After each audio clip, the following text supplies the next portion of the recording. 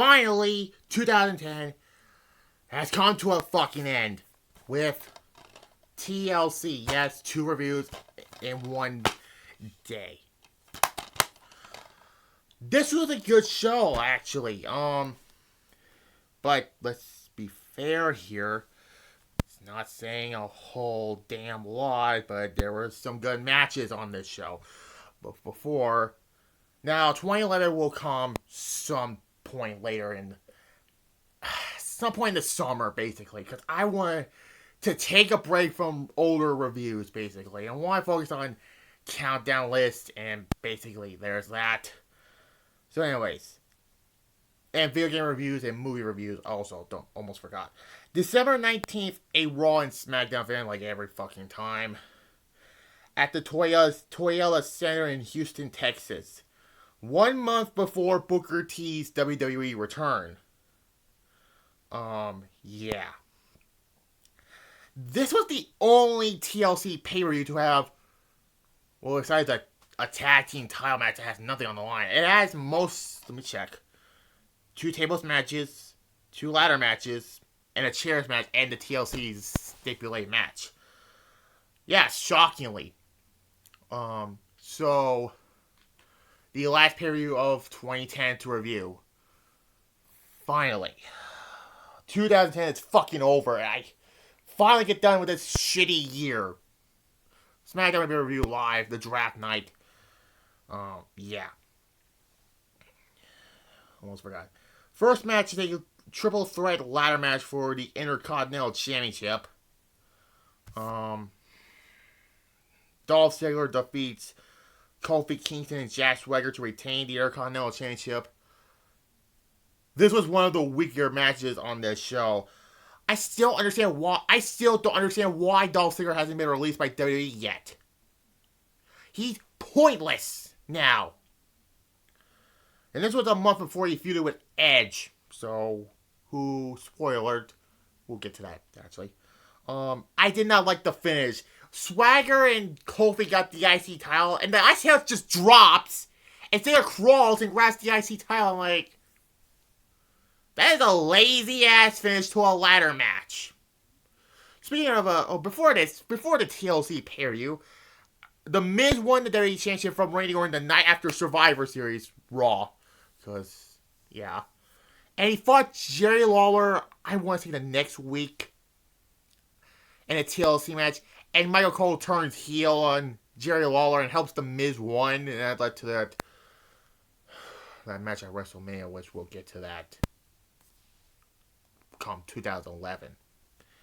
Look, Michael Cole he has been improved since he came in 97. I'm just going to be perfectly honest. He's actually a better commentator than people think he is. Because he's a play-by-play man.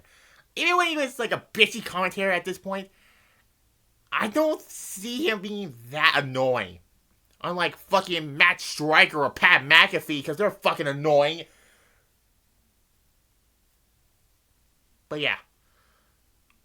Yeah. A 6. Kind of a shitty way to win a ladder match. And I don't like ladder matches ending with a... Well, I'm not going to ramble on that much. Then we get a tables match. The first women's tables match, by the way. Beth Phoenix and Natalya defeats Lay Cool. It was actually a good tables match. It was given 9 minutes, so shorter than the Mickie James Terror match from Final Resolution and the Falls Count Anywhere match. Still, 6.5, better than the ladder match.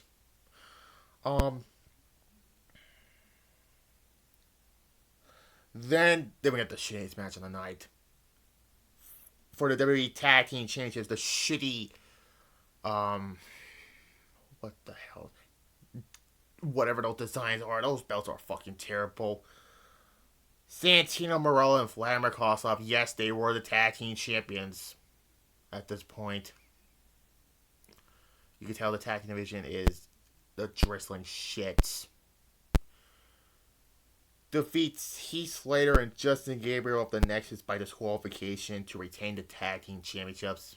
Because the future Fiend, Bray Wyatt, a future Bray Wyatt, Husky Harrison, and the future Curtis Axel and Michael McGillicuddy just interrupts the match, and basically that's the end of the match. It's disqualification, and basically, yeah. And then during this show, John Cena attacked most of the Nexus members, and then towards the end, he chair shot Husky Harris, Bray Wyatt, the Fiend, during the show. Also, during the show, Cody Rhodes and the Big Show have a little talking, and they show a picture of Big Show's dumpster fire of a movie, Knucklehead. No, don't ask me to review that movie. Although I might, but 0 out of 10. This was a bad match. Then we get a ladder match to determine the number one contender for the WWE Championship. Yeah. John Morrison defeats King Sheamus. Yes, they did the King of the Ring tournament. Sheamus won the tournament. He didn't do anything as King, basically. But, hey, he had a King of the Ring victory. He also won a Royal Rumble in 2012. One of the most forgettable Royal Rumbles. And a Money in the Bank. So, Sheamus is a successful wrestler. And you have to appreciate Sheamus for that. I do. I always like Sheamus. Morrison, he's not my cup of coffee. I don't drink coffee, though. But this was a good match. This, the TLC World Heavyweight Championship match, are, in my opinion, the best matches on this show. 8 out of 10. Very good match. You think Morrison's going to face the WWE Championship at the Royal Rumble? Wrong. He gets his title opportunity on the first Raw in 2011. I don't know.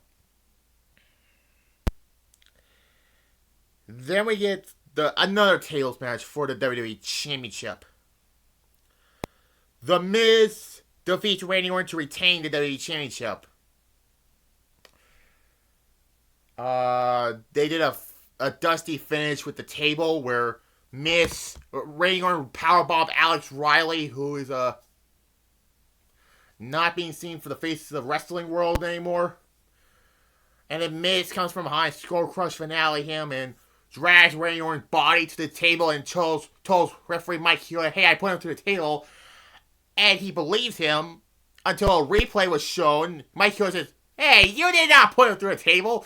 And one of the rare occasions the referee was smart enough to not fall for the heel trick. But that was the only thing good about this tables match. I'm sorry. This was a boring-ass tables match. Sooner or later, some point, I will do a video on why Randy Orton is way better as a heel. 4 out of 10. I'm just giving it a 4 because of that. Because if I don't, I would just give it a 3.5.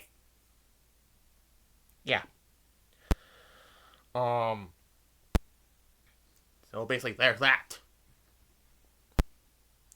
Then we get the second to last match on the show, and I think this should have been the main event over the Cena and Barrett chairs match.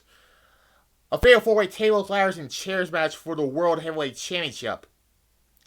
Edge defeats Kane, Rey Mysterio, and Alberto Del Rio to win the World Heavyweight Championship.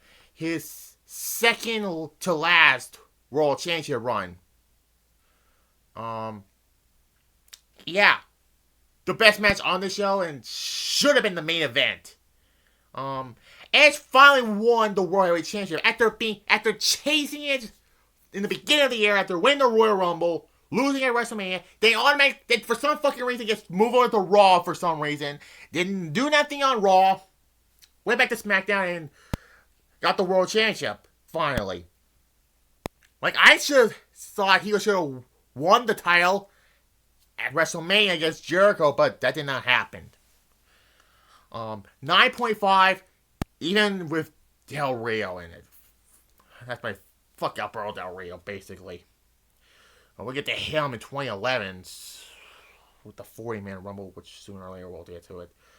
And then we get the main event. Yes, this was the main event. A chairs match. The dumbest stipulated match ever. It's just a bunch of chairs surrounding the ring. Also, CM Punk comes in as the commentator for this match. Which, the Club of the Man 1983 says he was at Raw and he made, forgiving the Miz and Triple H and Jericho also in AEW, which you better apologize to some of those wrestlers because you're a fucking jerk. And the person that is. John Cena defeats Wade Barrett. Why was this the main event? Why? Just to do that spot where Cena... The match was fine. 7 out of 10. It was a good chairs match, but... Just to do that spot where Cena grabs a fake table, put it on Barrett and grabs those chairs and, broke them down, I mean, cool spot. They did this 7 years later when Kane and Strowman did that at the exact same event.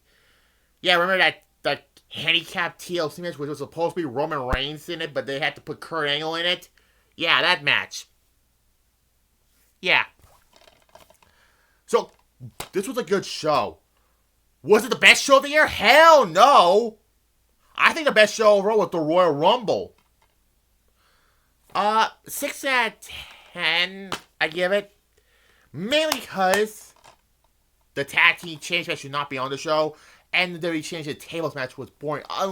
Except for the part where the Miz told Mike Hughes, I put him through the table, and Mike Hughes says, you didn't put him through the table, I'm restarting the match, basically. That was the best thing about that match, basically. But 2010, Jesus fucking Lord.